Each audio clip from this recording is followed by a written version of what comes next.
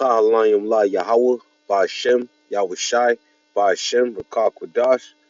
Double honors to the apostles and elders in Great Millstone who rule well, teach well with sincerity, honesty, and integrity.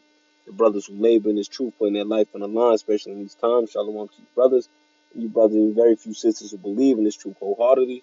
Shalom to the hopeful elect. Right. So this lesson is going to be brief through the spirit of Yahweh Shem Yahweh Shai. Pray that it's edifying. And I'm just going back to the basics. You know, we've seen what's going on. You got a lot of these Christians and a lot of these agents. They come out. You got your guy Hammond, Malone, and all these other individuals, and they want to discredit the true depiction, the true look of Yahweh Bashem Yahushua, and the scriptures clearly tell you the and illustrates the perfect depiction of Yahweh Bashem Yahushua. So I'm gonna go through a few precepts and then go from there. Let's go straight to the basic. Right, one Revelations 1. We'll start at the top. The revelation of Yahweh Shai, which God gave unto him to show unto his servants things which must shortly come to pass, and he sent and signified it by his angel unto his servant John. So that was John the Revelator, the Apostle John, who was on the island of Patmos, right? And he was given visions. One of the visions he got was right here, Revelations 1 and 13.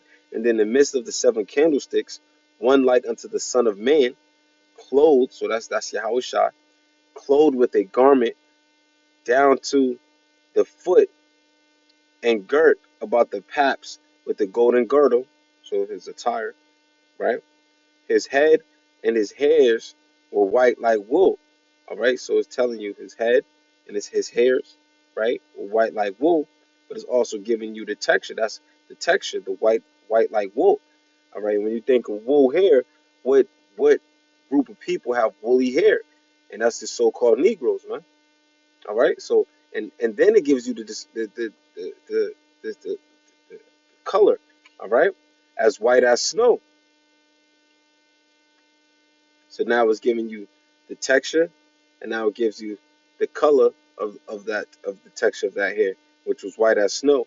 And his eyes were as a flame of fire, and his feet like unto fine brass. All right, so let's just go right here real quick. Go on. Let's go right here. Go brass. Go brass images. So we're looking at colors of brass. Okay, so common uses for brass. Right, so we already see that it's a golden color. Now let's just see if we put brass burned in a furnace. See, look, right? See, they're already giving you some depictions, right? And we know this is by, mostly Israelite brothers, but they're showing you, like, you take brass. Look at that's a brass color, I guess, burned in, have a more browner color. But brass burned in a furnace will be a darker color, so it's giving you a true depiction. Let's just make sure I got that right word, because we look up everything. True. Yep, a depict. So show or represent by a drawing, painting, or art form, right? So it's giving you a true illustration of what the Lord, or a true depiction of what the Lord looks like, man. You can imagine through the scriptures what the Lord looked like. It's dark with woolly hair, right? White as snow, and the feet is brown as the feet as brass burnt in the fire. So it shows you right there that's a so-called Negro, man. All right, and that's why you see the Israelites today when they do a picture of Yahweh Shai. This is just a depiction, We're not saying this is exactly what Yahweh Shai looked like. These are depictions, man. There you go. And that's the Ancient of Days, right? Yahweh Shai. All right, so all right, then we can go there. So that's Yahweh Shai, true depiction of Yahweh Shai. All right, and we can go to the word. What happened was, see, As a matter of fact, it started back in the Greco time, back in the Maccabees, right? We can go right here. See when the heathen started doing this. First Maccabees 3:48.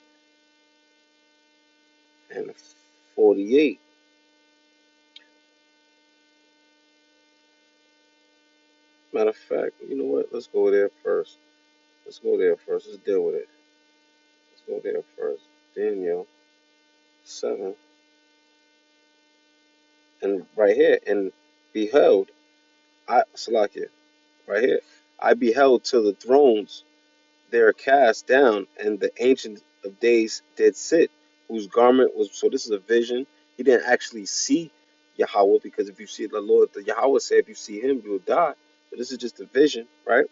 I beheld till the thrones were cast down, and the Ancients of Days did sit, whose garment was white as snow, and the hair of his head like the pure wool. So the Ancients of Days is the Most High, all right? And look at it says, the hairs of his head like the pure wool.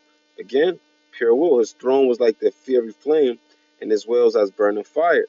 All right, so giving you that true depiction again of his hair.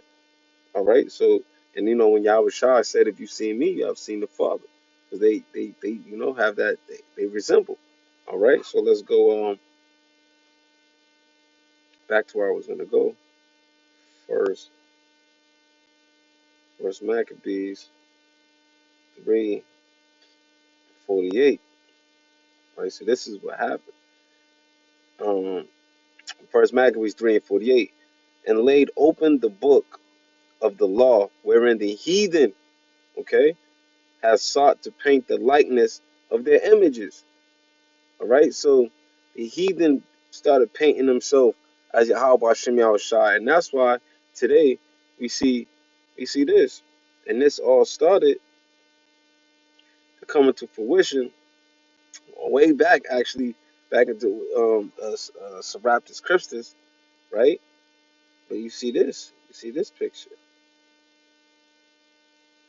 Jesus Christ images, right? So that's what you see. You see Cesare Borgia, right? Matter of fact, let's go to that's Jesus Christ, Borgia family. See, look, Borgia, Jesus Christ, right? This is the Borgia family, and even before then with Serapis Christus, right? Hold up, let's go to all. Let's go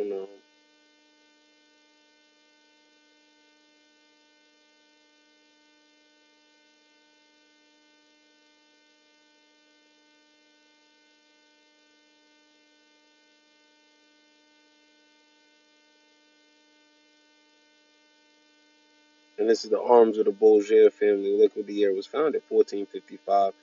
The Borgia family was a Spanish organized noble family which rose to prominence during the Italian Renaissance. Remember, Renaissance goes into the word rebirth, all right? So it's a period of Eastern European making its transition from the Middle Ages to modernity and covering the 5th and 16th centuries, all right? So, so the Renaissance going to rebirth, and that's what I was going to go into. And that's when they started, you know, even back then, though, they started painting images, but this is when iconoclasts came into play, right? Let's go get that word.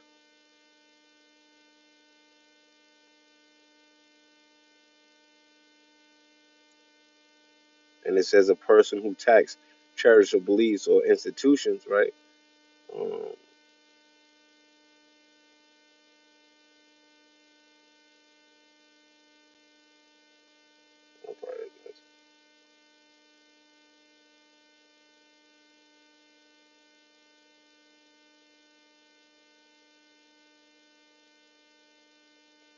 all right, so you see that's when iconoclasm literally means image breaking and refers to a recurrent historical impulse to break or destroy images for religious or political reasons. All right, so that's what that started, icons and iconoclasm, and the um, timeline hard history.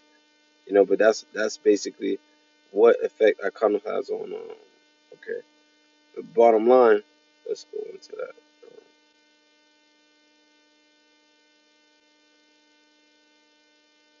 let's see if we can get a year on it.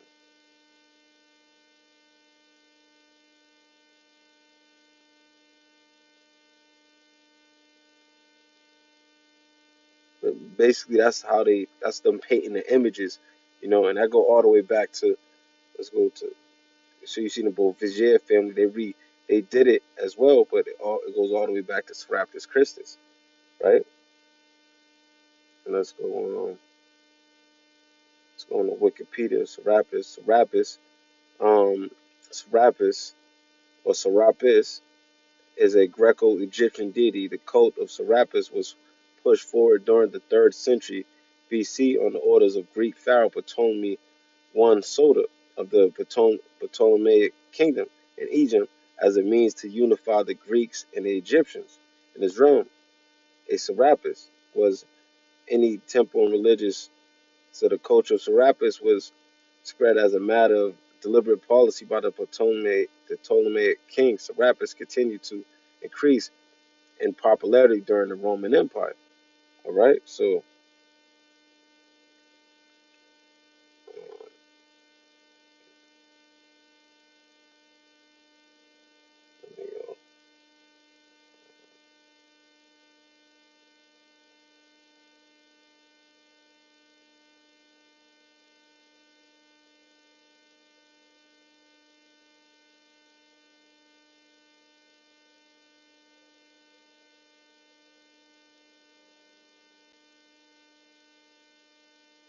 I know Ptolemy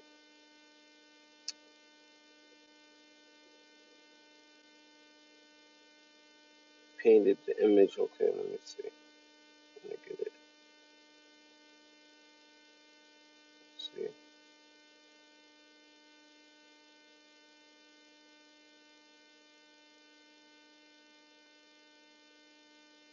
Let's see.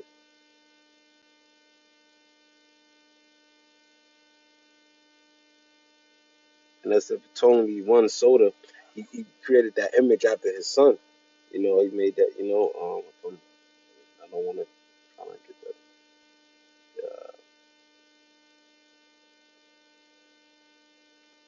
that. And he is again, like it says, one of the generals who took over the Greek Empire after Alexander's death. Right.